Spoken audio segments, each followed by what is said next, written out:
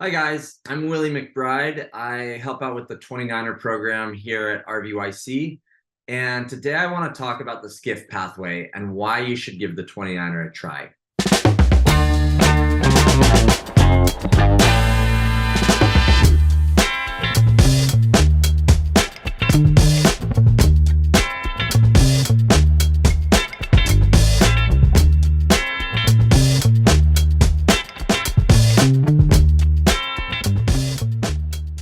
Over the last 15 years, I've worked with a lot of successful skiff sailors who've done everything from winning medals at Youth World Championships to getting into top tier universities to even competing at the Olympic Games.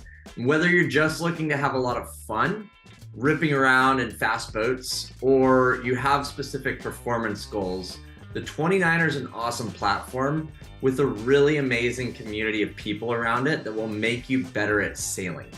So I hope you'll spend the next couple of minutes learning a little bit about the 29er and then come out on the water and join the Royal Van squad at practice this week. One of the reasons that the 29er is such a great youth class is that there's a role for sailors of almost any background. So if you're aging out of the opti or looking to step into a more fast-paced, fun class, the 29er is probably for you. Skippers don't trim the heavy sheets, and some of the most competitive helms that I've ever coached have weighed less than 100 pounds. So you can be really small and be super competitive in the 29er. On the other end of the spectrum, you can be competitive in the 29er up to almost 300 pounds combined.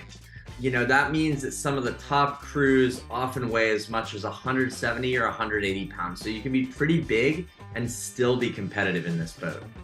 The skipper and the crew both play a really big role in the 29er because the crew trims the main sheet and the spinnaker while the skipper trims the jib and drives. So you need two equally matched, very talented sailors in the boat. Some of the best skiff sailors that I've ever coached switched over from the laser into the crewing role where they got to put their feel and their main sheet technique to work. And I'm hoping that that's what some of you might think about doing. If you're small enough to skipper, that's a great place to start.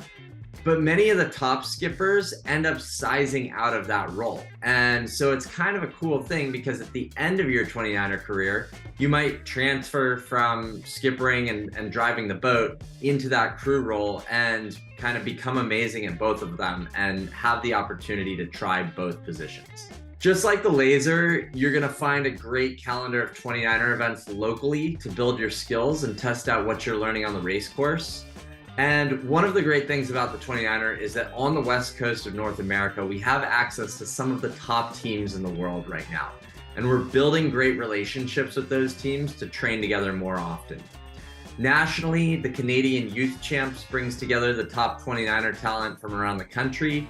And internationally, the 29er fleet hosts an open worlds, which means that anybody can attend. You don't have to be invited. You don't have to earn a spot. You can just decide to go compete at the top event in the 29er fleet. One of the peak events that teams shoot for every year is the Youth World Championship. And whether you're sailing the laser or the 29er, that can be a really great goal and a really great target to try to get to. But only one team from Canada qualifies to represent the country against a fleet of international competition. So it's a really great event. It's a really high benchmark. It's a really amazing goal to set.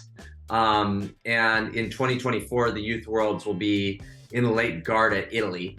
And the qualifier is going to be the Midwinters West in Long Beach, California this coming March. So you can kind of take the 29er from grassroots local sailing near Vancouver all the way up to the top international levels and beyond. I grew up sailing with Blair Tuke, who recently won the America's Cup. And, I think that the 29er builds the skills that you need to go compete in these fast-paced, high-performance asymmetric classes, whether that's with the RVYC New York Yacht Club Invitational team in the IC37s, or in the 49er on an Olympic campaign, or something completely different. Whatever you want to get out of your sailing, you can probably get it in the 29er.